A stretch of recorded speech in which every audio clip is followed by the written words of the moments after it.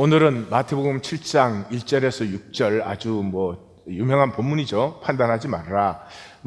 네 눈에 들보는 못 보면서 남의 눈에 티를 탓하느냐. 거룩한 것을 또 진주를 악한 것에 내어주지 말아라. 그런 본문입니다. 다 잘 알죠. 제목을 없어서 누리는 비밀 그랬어요. 없어서 누리는 비밀. 생명은 참 이상해요. 없어서 누리는 게 생명이에요. 사랑도 내가 정말 사랑이 너무 없구나. 그때가 사랑을 누리고 있는 때예요. 또 효도 마찬가지예요. 나 참 불효하구나. 그때가 이제 효를 누리고 있는 때예요. 나는 왜 이렇게 효자일까? 그러면 좀 곤란한 거예요. 오늘은 단절과 제도의 강도는 비례한다 하는 말로 시작해 보겠습니다.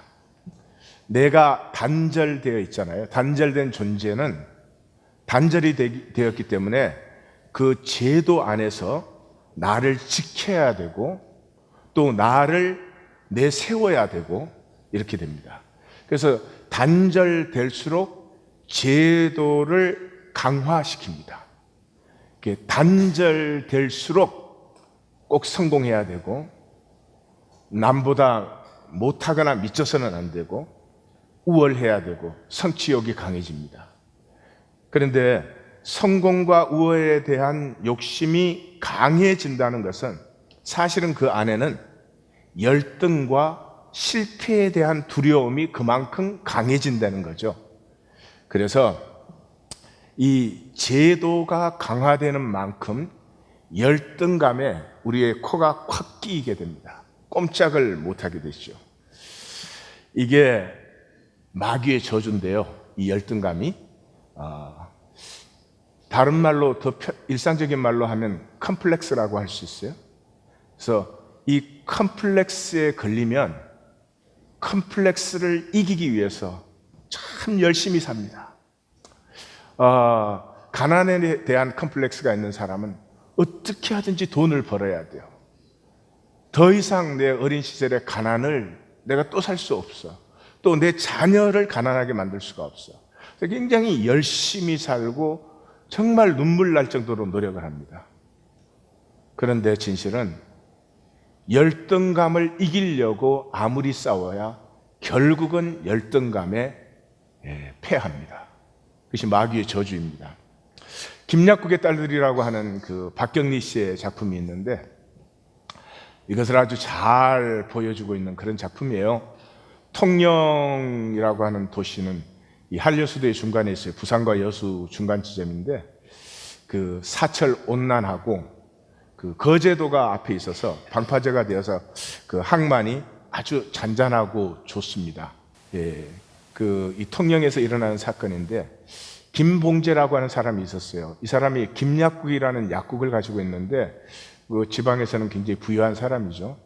이 사람이 굉장히 선비적인 사람입니다. 선비적인 사람이라고 하는 것은 그 사회에서 이렇게 좀 인격적으로 존경도 받고 사람들에게 인정도 받고 아주 그런 삶을 잘 지켜가는 사람입니다. 그런데 이제 스토리의 끝에 전체를 보고 나면 알게 되겠지만 이분의 그 선비적인 것은 이 중심의 생명으로부터 나오는 것이 아니어서 이제 대대를 통해서 그게 흐르는 게 아니고 사람들에게 보이려고 인정받기 위한 것이어서 이 껍질만 만들어서 힘이 하나도 없어요. 그래서 시간이 흐를수록 이게 무너져 내립니다.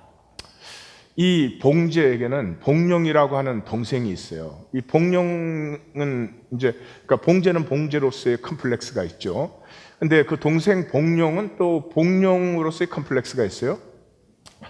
자기가 차남이라는 컴플렉스가 있고, 그 다음에 그 결혼을 했는데 숙정이라고 하는 여인인데 굉장한 미인입니다. 그래가지고 다른 그 마을에서 시집을 왔는데 그 마을에 있을 때 이 숙정을 죽고 살겠다고 따르는 또 청년이 있었어요. 그런데 이 결혼을 해서 여기 와 있는데도 그 숙정이 보고 싶어서 한번 몰래 찾아왔다가 복룡한테 들켜갖고 죽었어요. 그리고 복룡은 살인자가 됐죠. 그래서 이제 그 숙정의 그 처가에서 복수를 하려고 하니까 얘는 도망을 갔습니다. 이 복룡과 숙정 사이에 아들이 있는데 이름이 성수예요. 김성수. 성수가 있는데 이 성수가 약국을 물려받았어요. 약국을 물려받은 성수는 성수의 컴플렉스가 또 있죠. 무슨 컴플렉스예요? 아버지는 도망갔어. 엄마는 자살했어. 자기가 약국을 물려받았지만 자기 아버지 게 아니죠. 그러니까 그냥 약국 잘 경영하면은 뭐 문제 없이 사업은 계속 저절로 번창하는데 자기를 보여주고 싶은 거죠. 컴플렉스가 있는 사람 항상 자기를 이렇게 뭐라 그럴까요? 사람들에게 보여줘야 된다고. 내가 성공해서 한번 보여줘야 된다 이렇게 생각해요. 그래서 아무것도 모르는 어장 사업을 시작해요. 두말할 것도 없이 다 몰락하게 됩니다.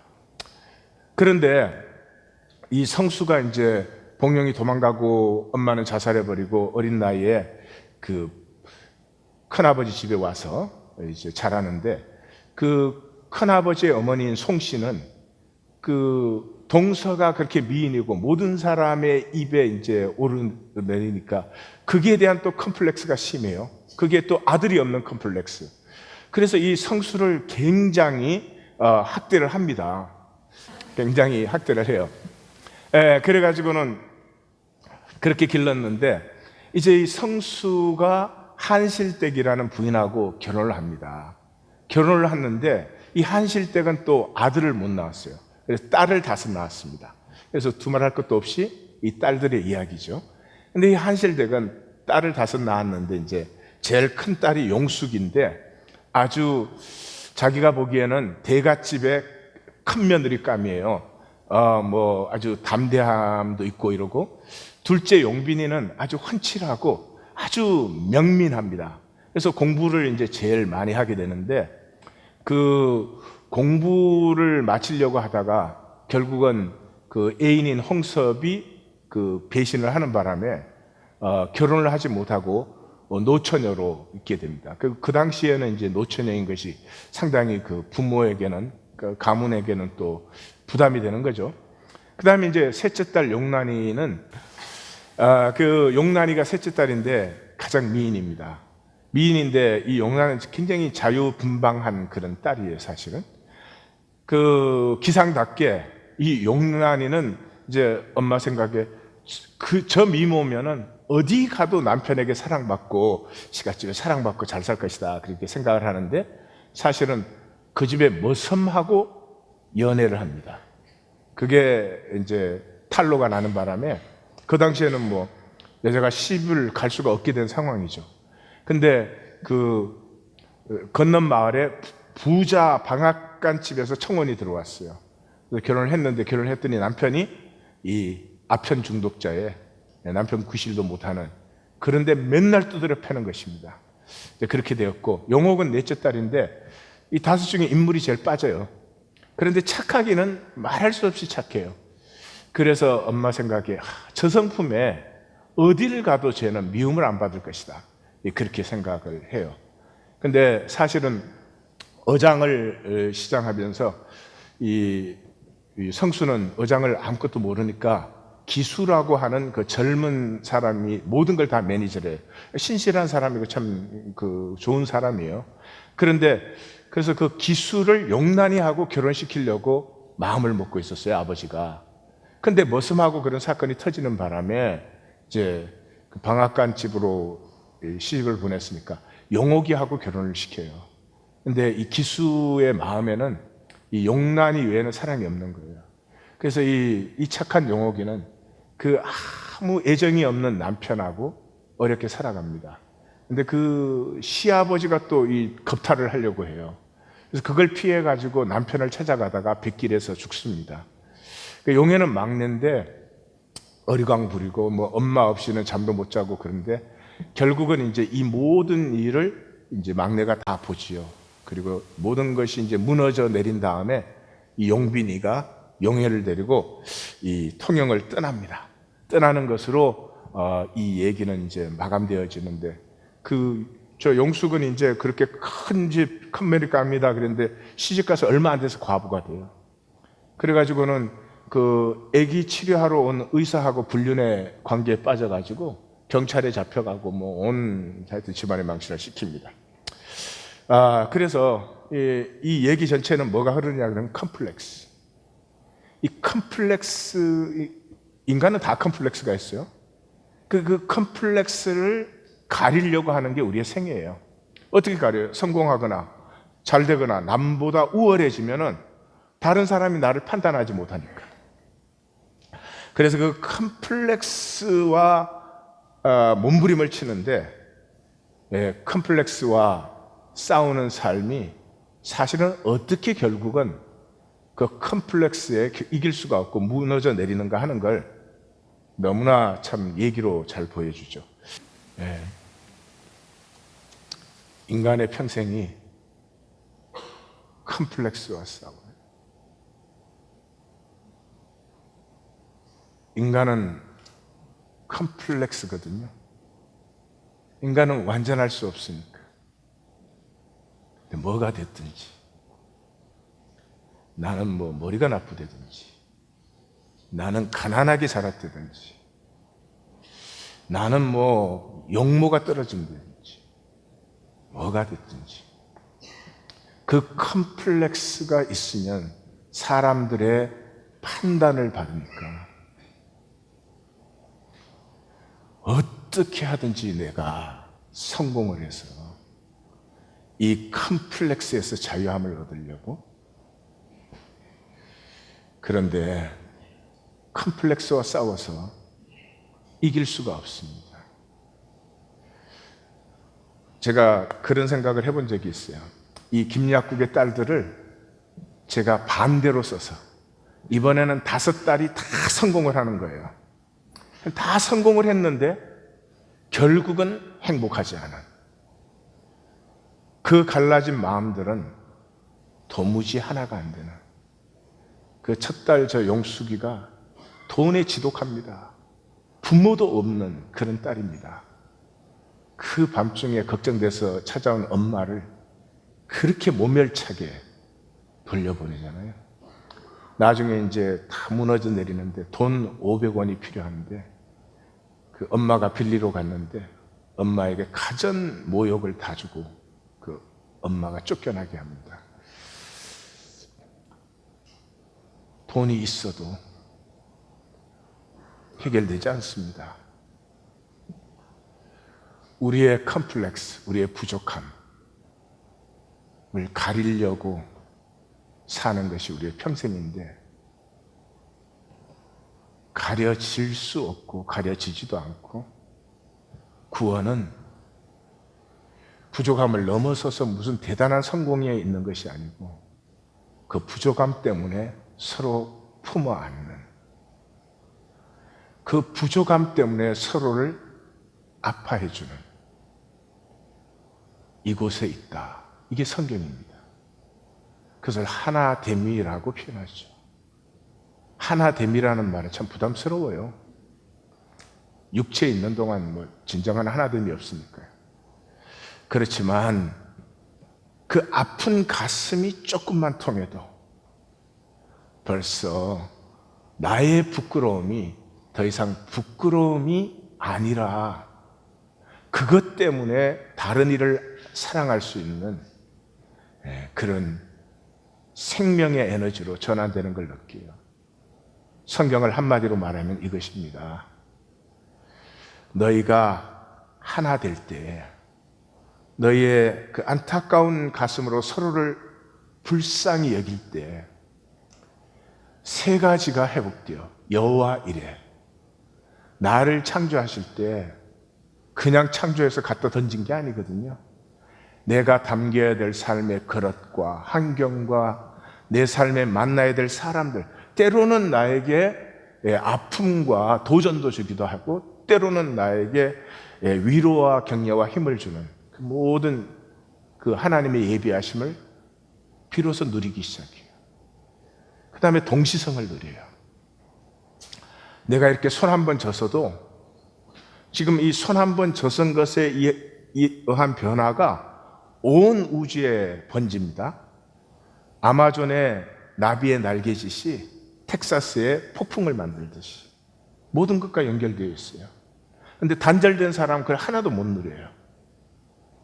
내가 몸짓 하나 했으면 그 몸짓으로 말미암아 이루어지는 변화들로 말미암아 다시 합력하여 이루는 하나님의 선이 내게 임해야 되는데, 단절된 사람은 자기가 그걸 다 막잖아요. 무엇보다도 다스림이 회복돼요.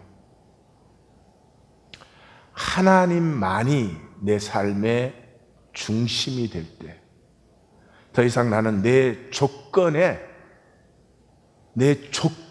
종노릇을 하지 않습니다. 내 조건이 어떠하든지 하나님이 어떻게 쓰실까에 대한 기대감이 올라가죠. 그래서 상황의 종노릇이 아니라 상황을 다스리는, 오늘은 이 얘기인데, 판단이라고 하는 것은 굉장히 오래된 뿌리입니다. 저 판단이란, 우리는 비판 그렇게 번역을 했지만은 그 전체적인 흐름을 모르니까 하나님의 저지먼트를 얘기합니다. 저 단어가 하나님의 심판을 얘기합니다. 근데 우리가 서로 심판하면서 사는 거 아세요? 우리가 서로 심판하면서 삽니다. 왜냐하면 단절되어 있어서. 인류 역사가 여기서 시작됐어요. 마태복음 5장은 산상수훈에 자녀의 성품이 이렇다. 이게 너희의 성품이야. 지금 못 살고 있어도 그것이 너희의 성품이야. 6장, 이것이 자녀의 삶이야. 자녀의 삶은 뭐예요? 우리됨을 누리는 거죠. 너희가 지금 못 누려도 괜찮아. 그러나 너희가 어떤 존재인지는 알아라. 그 다음에 7장에 들어와서 이제 이것이 이 땅에 실제로 이 땅의 하나님 나라로, 다시 말해서 교회로 세워지는 것을 7장은 보여주고 있습니다. 그 열쇠가 판단입니다. 판단하면 가족도 설 수 없습니다. 판단하는 부부는 이혼합니다. 어떻게 살겠습니까? 이 세상에 무너질 수 없는 게 가정과 교회입니다. 그런데 가정과 교회가 세워지지 못하는 거예요. 뭐 하면은? 판단하면. 판단이라면 내가 심판자가 되어 있는 것입니다. 근데 내가 심판자가 되어 있으니까 건설적이고 긍정적이 아니고 부정적이고 파괴적이 돼요. 그래서 소망을 밟아서 상쾌해버립니다. 이 판단으로 교회를 보면은 어떻게 교회가 돼? 어떻게 교회가 돼? 저 꼬라지들을 보면 어떻게 교회가 돼? 이렇게 됩니다. 근데 판단이 없는 하나님의 마음을 받으면, 그렇지, 우리가 이렇게 부족하니까, 이렇게 살 수가 없으니까 하나님이 우리를 교회로 세우시는구나. 똑같은 자리에서 한 사람은 계속 절망을 봅니다. 자기의 심판. 한 사람은 계속 소망을 봅니다. 부족하기 때문에 누리는 하나님의 은혜. 이 뿌리는 많이 거슬러 올라갑니다. 가인에게로. 김약국집 딸들의 컴플렉스는 가인의 컴플렉스가 여기까지 내려온 것이에요. 창세기 4장 8절에 그 가인이 아벨을 쳐 죽이니라 이렇게 끝나요. 9절에 하나님이 물어요. 내 아우 아벨이 어디에 있느냐? 왜 묻는 거예요? 뜻이 뭐예요? 너가 아우하고 함께 있어야 되는 거 아니니? 아우랑 함께 하는 거 아니니? 그 말이죠. 그런데 이미 가인의 심판은 끝났습니다. 가인이 왜 심판했어요? 단절되었으니까.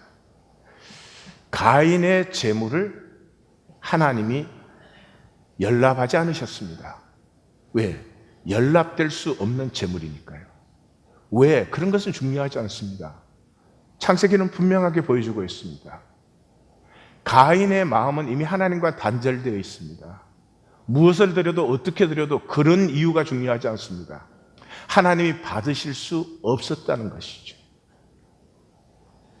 종교 시대에는 하나님이 받을 수 없는 예배가 무수히 땅으로 떨어지고 있습니다. 연락되지 못합니다. 내 마음대로, 내 사정 따라. 하나님과의 단절이 나타나자마자 가인은 아벨을 심판했습니다. 죽어 마땅한 자로. 아벨을 심판한 가인은 자기는 괜찮을까요? 두말할 것도 없습니다. 사실은 자기가 자기를 먼저 심판했기 때문에 아벨을 심판할 수 있었던 것입니다. 자기가 자기를 어떻게 심판했어요? 하나님에게 쫓겨난 자, 하나님의 낯을 배울 수 없는 자. 왜 못 봐요? 하나님 찾아와서 가인을 보고 있는데, 땅에서는 피하며 유리하는 자. 왜 피하고 유리해요? 하나님, 내가 하나님께 연락되지 못할 재물을 드렸습니다. 하나님, 내가 연락되는 길을 가르쳐 주십시오. 주님, 내가 새로이 드리겠습니다. 그래야 되는 거 아니에요? 그 심판의 결과는 만나는 모든 사람이 나를 죽일 것 같아요. 이 사람은 우월이 절대로 필요합니다. 자기를 지켜야 되고, 자기보다 강한 사람이 나타나서는 안 됩니다. 자기가 더 강해야 됩니다. 이 우월감이 절대 필요하죠. 그러나 우월감이 절대 필요하다는 말은 사실은 그 가슴 속에 열등감이 절대 원인이죠. 내 안에 열등감이 없으면 다른 사람보다 우월하려고 하지 않습니다. 그죠? 나는 나고 뭐 너는 너니까. 근데 이 컴플렉스에 사로잡히면 너보다 내가 나아야 되거든요. 그래서 복음은 아주 간단합니다. 모든 판단과 정죄의 소멸이 바로 복음입니다. 그래서 복음의 핵심이 어디예요? 로마서 8장입니다. 이 복음의 복음 중에 복음이죠. 그러므로 이제 그리스도 예수 안에 있는 자에게는 결코 정죄함이 없다. 정죄함이 없으면 컴플렉스에 걱정할 사람이 없죠. 이는 그리스도 예수 안에 있는 생명의 성령의 법이에요. 뭐가 생명의 성령의 법이요? 바울은 그 밑에 계속 설명을 해나갑니다. 성령을 받은 사람은 하나님의 자녀다. 하나님의 영을 받은 사람은 하나님을 아빠, 아버지라고 부른다. 단절되었던 관계가 하나 되는 것이죠. 이 하나됨이 있을 때 부족함은 더 이상 정죄의 대상이 아니고, 부족하기 때문에 더 사랑받고 더 은혜받고, 자식이 부족할수록 더 많이 기도하고 사랑하시잖아요. 그래서 바울의 총결론은 죄가 더한 곳에 은혜가 더욱 넘친다. 이게 부족의 비밀입니다. 부족을 조금 생각해 보죠. 우리가 은혜를 받을 수 있는 유일한 근거는 부족하기 때문이에요. 다시 한번 말씀드릴게요. 하나님의 은혜를 내가 누릴 수 있는 자격은 내가 잘나거나 잘 믿어서가 아니고, 내가 부족하기 때문에 나를 창조하신 하나님은 자기의 모든 은혜를 우리에게 주시기를 원하십니다. 그리고 육체 속에 사는 인간의 진실은, 유일한 진실은 부족하다, 그거밖에 없어요. 그게 진실이에요. 부족하지 않은 척, 어리석은 것이에요. 이 부족함에서 바라봄이 열립니다. 이 부족함에서. 너희는 먼저 그의 나라와 그의 의를 구하라 그랬잖아요. 그 우리 보고 지금 그의 나라와 그의 의를 뭐 세우라 그런 뜻이 아니에요. 우리의 존재는 하나님의 나라와 의를 바라볼 정도로 귀한 존재예요. 그런 귀함을 갖고 있는데 그걸 바라보면 그 나는 너무나 부족해서 가슴이 깨어지고 안타까워지죠. 그래서 바라보면 에고의 레벨이 쫙 내려가고 안타까움이 피어나면서부터 행동 레벨이 쫙 올라갑니다. 자식이 안타까우면 부모가 뭐든지 할 수 있어요. 똑같은 것입니다. 그래서 모든 것을 다 하고도 내 공로가 아니고 내가 잘나서 한 게 아니고 무익한 종이로 소이다. 이 부족함은 그냥 개인적인 부족함만을 얘기하는 거 아니에요. 내가 참 부족하다. 물론 부족하죠. 그러나 우주적인 것을 포함하고 있어요. 하나님의 자녀라면. 바하마에 허리케인이 또 들어온대요. 이미 2,500명이 실종 상태인데 내가 할 수 있는 게 아무것도 없어요. 이 세상을 보세요. 가진 자는 무한 더 가지는데 대부분의 사람은 가장 기본적인 것조차도 없어서 삶의 의미, 가치 이런 걸 생각할 여유조차가 없습니다. 일용할 양식이 없어서.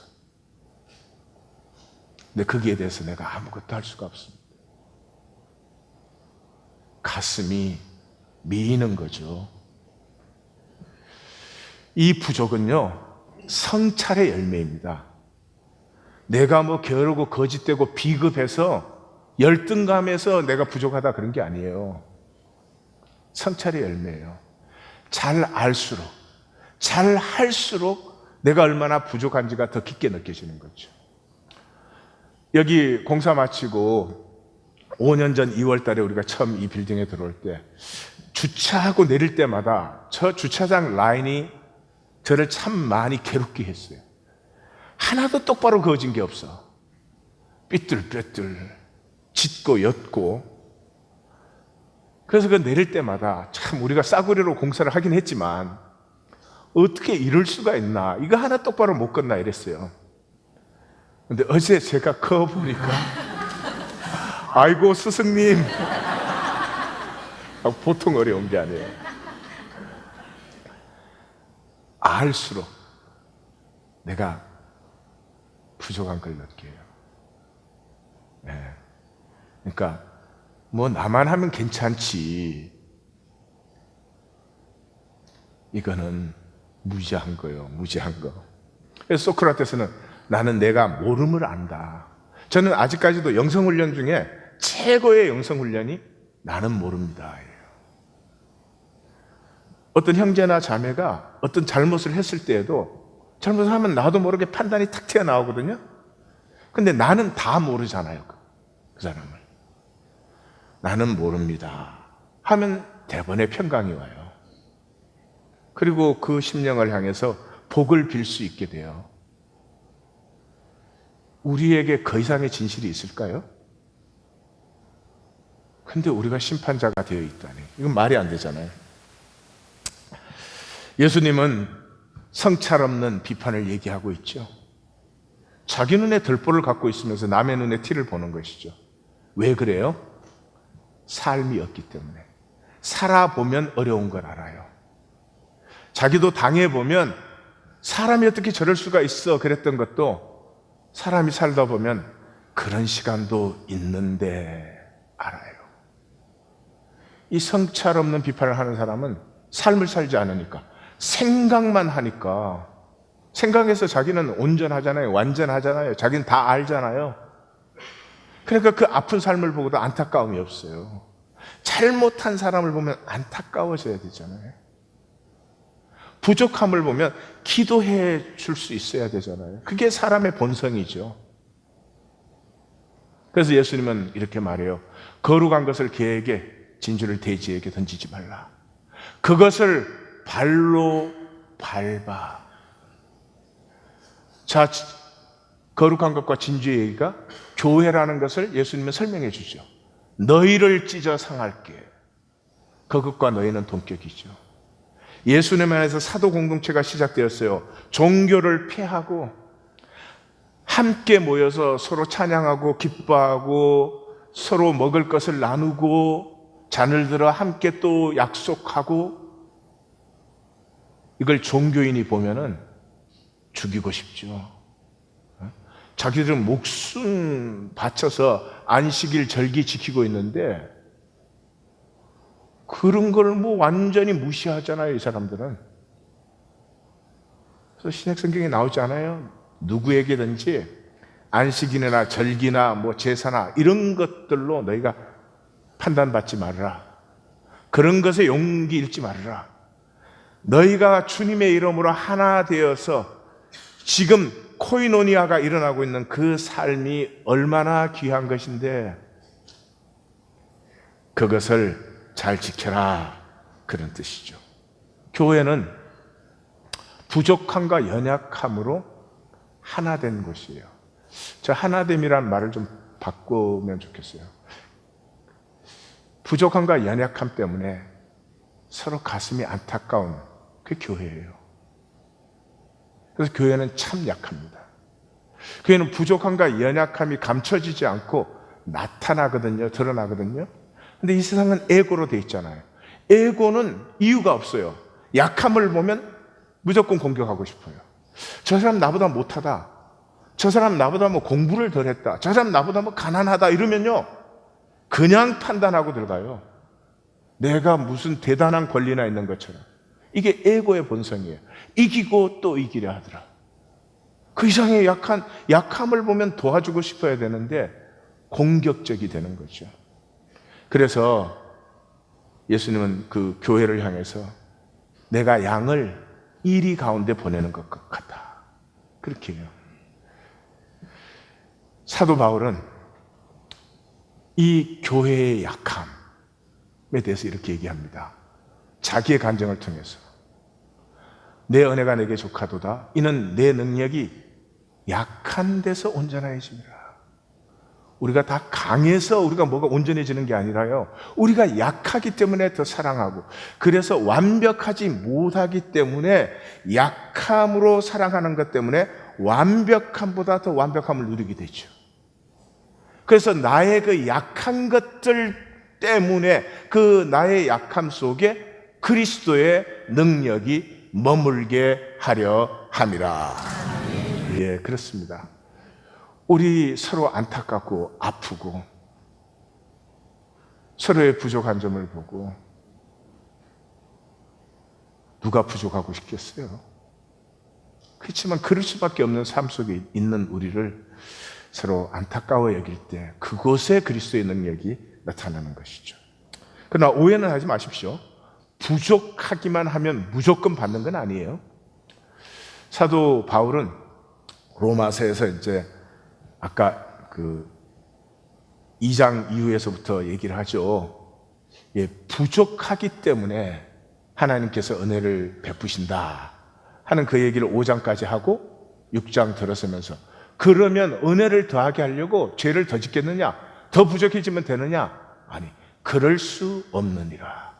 God forbid. 그리고 다시 쫙 설명하고 다시 한번 또 결론을 내려줍니다. 그런즉 우리가 법 아래 있지 아니하고, 즉 법이라는 번역이 종교 아래 있지 아니하고 은혜 아래 있으니 죄를 짓겠느냐? 그럴 수 없느니라. 절대로 이 부족함은 생각의 부족함이 아닙니다. 생각의 부족함은 내가 부족하니까 나의 부족함을 생각하는 사람은요, 또 그게 의가 돼요. 나는 내 부족함을 알아. 그런 부족함이 아니에요. 존재의 부족함입니다. 나 왜 이렇게 도무지 일어나 그럴 생각을 하지 않을까? 왜 이렇게 내가 싫어하는 그 삶을 또 눈만 뜨면 계속 반복해서 살고 있는가 하는 존재적 부족이죠. 이때 안타까움이 피어나고, 이 안타까움이 피어나면 에르간, 반드시 행위대로 심판받는다 할 때 행위가 드디어 피어나요. 그래서 내게서 행위가 피어났는데도 내가 했다 그럴 수가 없어요. 내가 한 것이 아니다 이렇게 말을 해요. 모든 사도 중에 내가 가장 수고하였으나 그러나 내가 아니요 오직 하나님의 은혜라. 네. 자, 이 부족함의 비밀을 두고 그럼 인간은 도대체 무슨 짓을 하고 있는지에 대해서 얘기를 좀 나누겠습니다. 오늘 좀 이상한 얘기인데 그냥 들어보세요. 여러분, 이미 많은 책들과 저술들이 발표됐습니다.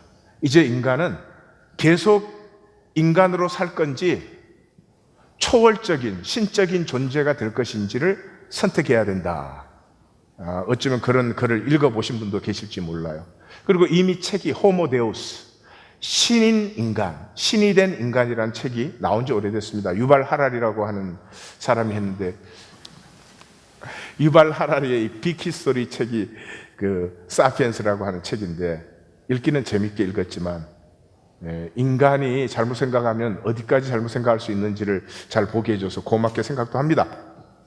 어쨌든 이제 인간이 신적 존재가 되느냐, 인간으로 계속 남을 것이냐, 뭐 그런 얘기는 별로 낯선 얘기가 아닙니다. 예수님은 너희가 시대의 표적은 분별할 수 없느냐 이렇게 묻습니다. 자, VR에 대해서 먼저, Virtual Reality, 가상현실이죠. 이 VR이 직접 경험을 시켜줍니다. 간접 경험이 아니에요. 경험이 뭐예요? 청각, 시각, 후각, 촉각, 미각 이런 것을 통해서 현상을 느끼는 거거든요. 근데 현상을 느낀다는 말은 뭐냐 그러면 뇌에, 뇌가 이게 신경체계잖아요. 신경체계에 전기 자극이 들어가요. 전기 자극이 들어가면 이게 호르몬을 분비합니다. 이 호르몬이 분비되면 그 화학적 성향에 따라서 기뻐하기도 하고 슬퍼하기도 하고 뭐 고통스러워하기도 하고 뭐 등등등 느끼는 거죠. 지금처럼 굉장히 지루해할 수도 있고. 근데 그래서 사실은 우리는 뭘 느낀다, 뭐 체험한다 그러지만 사실은 electric stimulation이에요. 전기 자극이에요. 이 모든 게 전기 자극이에요. 그래서 이 VR을 통해서요, 현존감, 그 자리에 있는 임재라는 말인데, presence라는 말을 써 이 사람들이 감히 임재 속에 있게 해줘요. 그래서 이 VR을 쓰고 이제 눈뭉치를 이렇게 손에 잡잖아요. 그럼 차가움이 쫙 느껴져요. 왜냐 그러면 그 차가움을 느끼는 그 뇌세포의 부분들을 자극을 해주기 때문에. 그래서 이제 VR을 이제 영화관에 가서 영화 보는 거 곧 없어집니다. 그냥 집에서 티켓 사면은 VR을 쓰면 그 영화를 보는데 영화를 이렇게 보는 게 아니고요. 그 영화의 장면 속에 자기가 들어가요. 그래서 주인공과 눈을 맞추면서. 네? 그리고 이제 VR뿐만 아니라 AR, Augmented Reality, 증강현실이죠, 이건.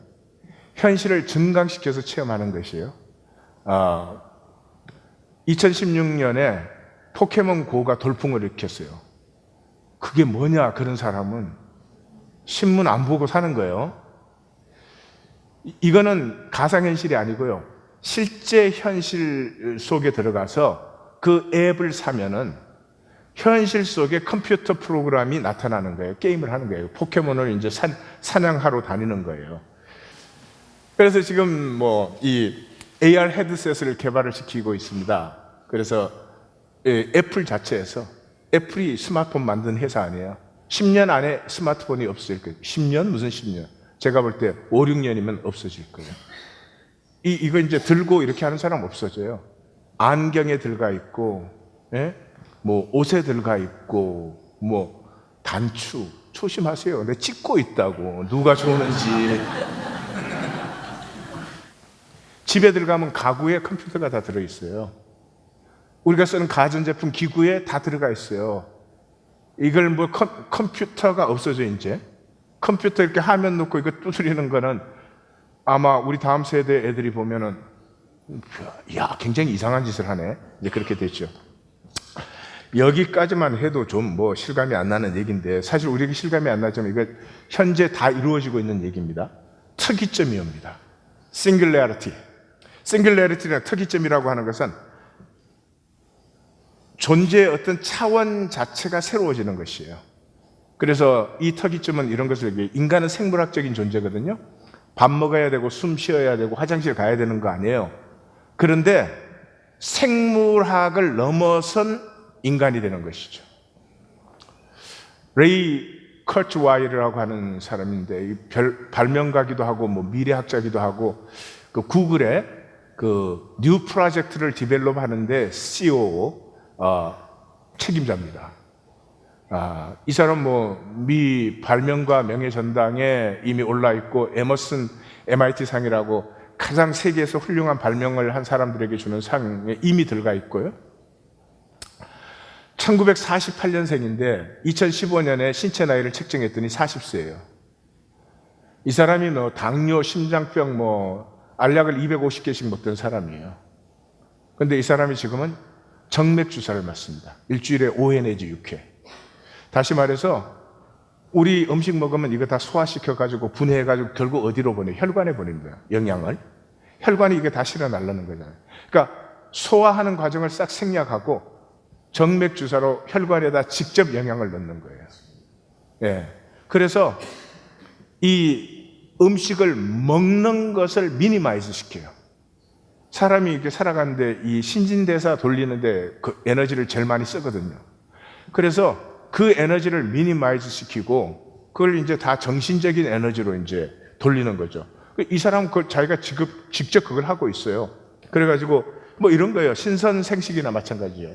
그 신선이 되면은 그러잖아요. 산속에서 솔잎 조금 하고 뭐 그 생쌀 그 한 주먹 이렇게 하루에 그렇게 먹고 살잖아요. 그래서 이 신진대사의 에너지를 가장 낮춰서 정신적인 에너지 레벨을 이렇게 높이는 거죠.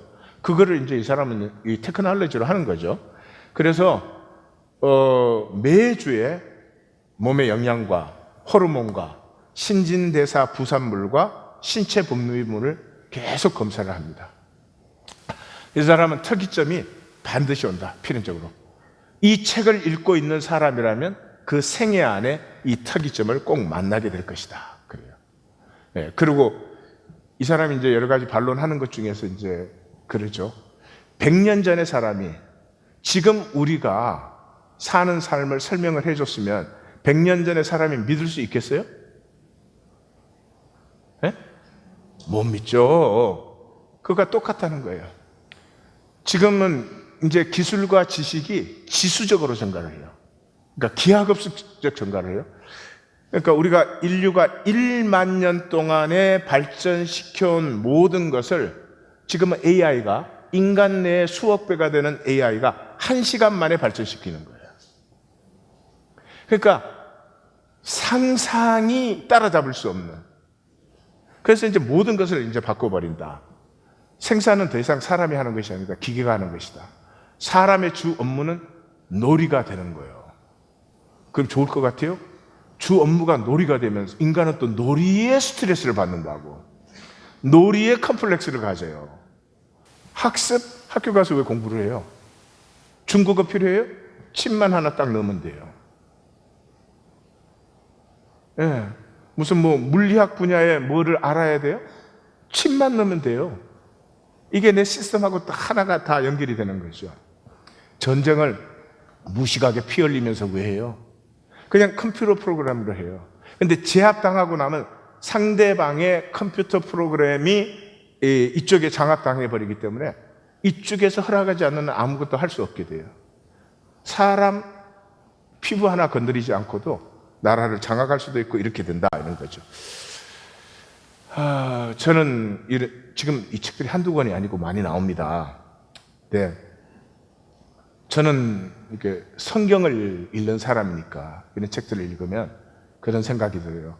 단절의 발악이구나. 네, 이런 것을 GNR이라고 그래요. GNR, Genetics, Nanotechnology, Robot Engineering. 이 나노라고 하는 건 양자역학적인 수준이잖아요. 그러니까 나노 테크놀로지로 로봇을 만들어 가지고 내 잡기를 다 대체할 수 있어요. 근데 왜 그런 일을 할까? 네? 단절된 상태에서 나를 아무리 정강시켜야 그게 행복이 아닌데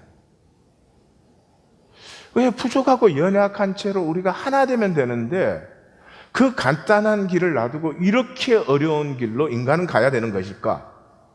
하여튼 이런 일에 대해서 일단 기분이 안 좋아요. 뭔가 영적으로 어둡고 혼란스럽고 탁해요. 몸만이 실제의 전부가 아니잖아요. 우리. 몸은 리액트 하는 데잖아요. 그럼 실제는 어디에 있어요? 영에 있어요. 영 그러면 옛날 표현이에요. 관계예요. 관계. 관계는 보이지 않아요. 그러나 관계가 우리의 모든 의미와 가치를 결정을 해요. 이 커츠 와일이 이 책을 쓰면서 계속 던지는 질문이 있어요. 의식이 뭐냐 이거죠. 내가 뭐냐는 거죠. 자기의 모든 의식을 이 사람은 이제 그 나노 로봇에다가 다 옮긴대요. 그 자기는 영생한대요. 그게 영생일까? 그 기계가 된 나는 행복할까? 뭐 질문이 많아요, 저는 사실. 그렇기 때문에 이 사람 던지는 질문 하나야. 의식이 다 이렇게 트랜스포얼 되면 그게 나냐 아니냐, 나가 되느냐? 아니지. 정보, 지식, 의식이 존재의 전부가 아니에요. 존재는 관계예요, 관계. 가슴이 통해야 되는 거예요. 마윈이 20년 만에 중국의 최고 부자가 되고 이제는 55세인데 은퇴해서 자기가 자선사업과 공공사업에만 이제 어릴 때 가난하게 자랐으니까 특별히 중국의 그 가난한 아이들의 교육사업이라든지 이런 것에 자기 전력을 다하겠다 뭐 그래요. 그래서 저는 마윈이 나에게 혹시 자문을 구한다면 구할 리가 없겠죠? 자문을 구한다면 내가 정말 필요한 자문을 해줄 텐데 나사렛 예수와 사랑에 한번 빠지시오. 자, 돈 벌려고 20년 열심히 했어요. 해볼 만큼 해봤다는 거지. 자, 앞으로 20년 자선사업 해보세요. 그럼 뭐 이제 나는 드디어 구원됐구나. 난 자유하구나. 그렇게 될까요? 아니에요. 이게 단가 크게 도착이에요. 이 세상에서 가장 아름답고 귀한 사람이 있다면 그 사람과 내가 사랑을 한다면 그건 전혀 다른 문제예요. 내가 뭘 했다, 이루었다 이런 문제가 아니에요. 나사렛 예수와 한번 사랑에 빠져보세요. 그 다음에 뭐든지 하세요. 자유롭게. 돈 벌다가 자선사업 한다고 달라져요? 아니에요. 그리고 이 모든 것이 뭐예요? 컴퓨터와 인터넷이에요. 컴퓨터 그러면 사람들이 뭘 대단히 발전적인 걸로 생각을 해요. 별로 발전적인 거 아니에요. 컴퓨터하고 주역은 똑같은 거예요. 컴퓨터는 이진법으로 되어 있는 거 아시죠? 제로와 원의 모든 조합으로 되어 있어요. 이게 17세기에 독일의 철학자자 수학자인 라이프니츠가 발명을 한 거예요. 이 사람 때문에 디지털 문명이 생긴 거죠. 그러면 주역은 뭐냐? 28세기, BC 28세기에 테오 보키시가 만든 거예요. 주나라의 역이에요. 주나라 역. 역이라는 말은 이 세상의 모든 건 변하잖아요. 끊임없이 변하니까 어떻게 변하는지, 왜 변하는지를 알면 내 삶이 좋게 변하게 만들 수 있잖아요. 그래서 변화의 가장 기본적인 원리를 찾는 거예요. 그래서 가장 변화의 기본적인 원리를 찾아보면 뭐에 도달해요? 좋다, 싫다. 진실이다, 거짓이다. 이 이분법에 도착해요. 그래서 이 보키 씨가 모든 변화는 어디에서? 양과 음. 그래서 양효는 이렇게 한 선이고 음효는 끊어진 선이고 이 두 개의 모든 조화로 이 세상의 모든 조화가 일어나요. 그래서 이게 이제 첫 번째 기본 조화가 8개가 나타나요. 그 8개가 또 8개로 변화돼서 64개가 나타나요. 그러면 우리의 뭐 태어난 해, 달, 뭐 날, 뭐 내가 남자냐 여자냐, 뭐 부모가 언제 태어났냐 이런 거를 다 이 이진법으로 넣으면은 저 64개 안에 다 들어가요. 그래서 저 64개의 해석이 붙어 있어요. 설교 계획, 긴 거 이런 걸 딱 보면은 훌륭하게 되고 참 사람이 새로워진다. 이런 게 괴가 나와요. 그래서 그 괴를 그게 그냥 더하기 빼기예요. 괴 하면 나오면 그 괴를 이렇게 일러주면 되는 거죠. 뭐예요? 이심법이에요. 그럴 수밖에 없잖아요. 이 모든 변화가 왜 이런 변화가 일어나는지 알고 싶은데 가장 기본적인 데 들어가면 좋다 나쁘다, 밝다 어둡다 그거잖아요. 무슨 컴퓨터 그러면 굉장히 진보적이고 주역 그러면 굉장히 무식한 걸로 생각을 하는데 인간은요, 내 삶이 왜 이런지 알고 싶고 내 삶을 좀 좋은 쪽으로 변화시키고 싶은데 그 원리 그렇게 매달려요. 근데 구원은 원리가 아니에요. 인격이에요. 종교는 원리를 가르쳐 놓잖아요. 재주나 피우려고 하지. 예수님이 어떤 인격이세요? 예수님과 내가 정말로 관계를 한다. 그 관계 속에 들어가 상상을 해보세요.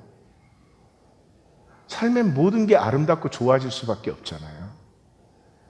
근데 그건 안 하고 종교는 또 무슨 원리를 뽑아내가지고, 교회는 성경은 한마디로 그런 것이죠. 우리는 부족합니다. 부족한 자가 이 세상에 있으면 컴플렉스를 가질 수밖에 없습니다. 근데 컴플렉스 때문에 내가 이겨야 된다, 성공해야 된다? 절대로 그렇게 되지 않습니다. 부족한 그대로 내가 아버지와 영적으로 하나가 되어서 이 만유와 지체적인 하나가 될 때 나는 부족함에도 불구하고 사랑과 은혜로 말미암아 이 모든 만유를 유업으로 누리게 된다. 예, 그 부족함에서 피어나는 것이 안타까움이에요. 안타까우면 모든 것이 내게 허락됩니다. 그런데 괜찮은 척, 잘난 척, 아무 일도 없는 척, 그렇게 하고 있으면 모든 걸 피하죠. 이렇게 인간이 신이 될 수 있는 것처럼 사실은 말도 안 되는 얘기를 하는데, 그러한 시대가 엔드로 가까워지고 있죠. 종말로 가까워지고 있습니다. 전에는 시간이 이렇게 흘렀지만 종말에 가까울수록 시간이 초고속으로 흐르고 있습니다. 전에 1만 년 걸렸던 것이 이제는 1시간에 흘러버려요. 이 종말까지의 기표는 성경뿐이에요. 우리 인간이 참으로 복되고 참되고, 그래서 하나님의 형상, 우리 안에 있는 하나님의 형상이 피어나고 나누어지는 것이고, 우리를 영원하게 창조하신 하나님을 그 참되고 복됨으로 하나님과 그 세계를 누리는 것이지, 우리가 우리의 기술로 만든 영원히 구원이 아니다. 저는 우리 그리스도인이 시간이 이럴수록 더 선명한 생명의 전인들로 서서 진정한 구원이 어디에 있는지를 이 땅에 보여주기를 원합니다. 기도하십시다.